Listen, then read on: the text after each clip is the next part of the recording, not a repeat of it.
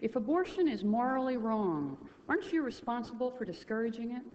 One of the great things about our nation, Sally, is that we're each entitled to have strong personal beliefs, and we encourage other people to do the same.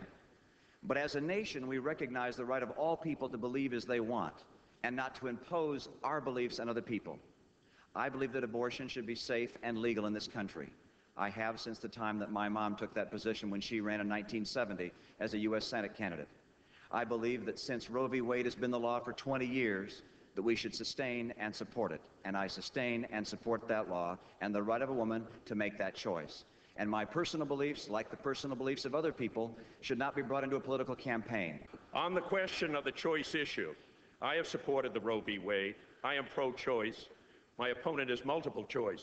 Ken, on multiple choice, I've got to... Mr. Romney, you have 15 seconds to rebut. On the idea of multiple choice, I have to respond. I have my own beliefs, and those beliefs are very dear to me. One of them is that I do not impose my beliefs on other people. Many, many years ago, I had a dear, close family relative that was very close to me who passed away from an illegal abortion. It is since that time that my mother and my family have been committed to the belief that we can believe as we want, but we will not force our beliefs on others on that matter. Thank you. And you will not see me wavering on that or be a multiple choice. Thank you very much.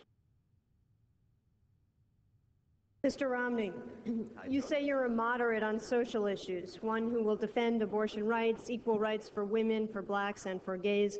In fact, you say you will do more to promote gay rights than Senator Kennedy. You also sit on the National Executive Board of the Boy Scouts of America, which has an exclusionary policy banning gay members. Do you support that policy? And if not, have you ever done anything as a board member to oppose it? I believe that the Boy Scouts of America does a wonderful service for this country. I support the right of the Boy Scouts of America to decide what it wants to do on that issue. I feel that all people should be allowed to participate in the Boy Scouts regardless of their sexual orientation. And under your economic program, under the program of Mr. Reagan and Mr. Bush, we saw the growth in terms of the unemployment, the growth in the number of children living in poverty, the growth in terms of those children out of wedlock. Look, I was an independent during the time of Reagan-Bush. I'm not trying to return to Reagan-Bush. My positions don't talk about things that you suggest they talk about. This isn't a political issue.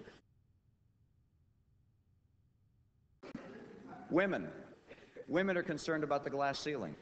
Women that I have seen in organizations have not been able to have the opportunity they deserve to have in getting ahead in organizations. If we're going to compete as a nation, we've got to draw upon the skills of women and minorities.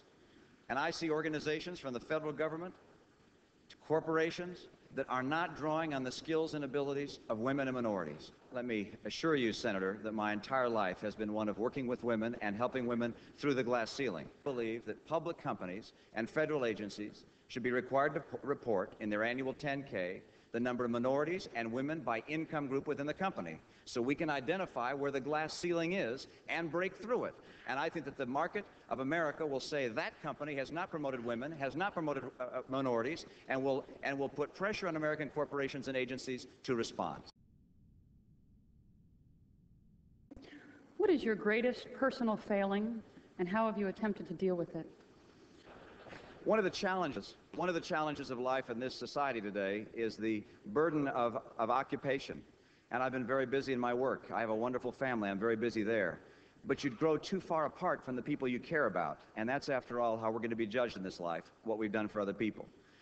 And so I spent 2.5 years at the early part of my life living with the poor and serving with the poor. And when I came here to Massachusetts, we decided that one day each week I would give in service to people less fortunate than myself. I've spent hours and hours, hundreds of hours in hospitals across the state from Worcester to Boston, working with sick people, talking to them, consoling them. Mr. Romney, can I interrupt you? This was a question about your greatest personal failing. My greatest...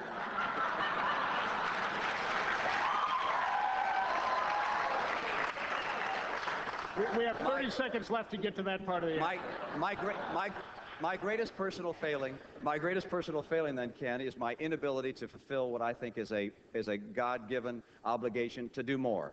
And I do what I can in one day a week, but I don't do as much as I think we all can do.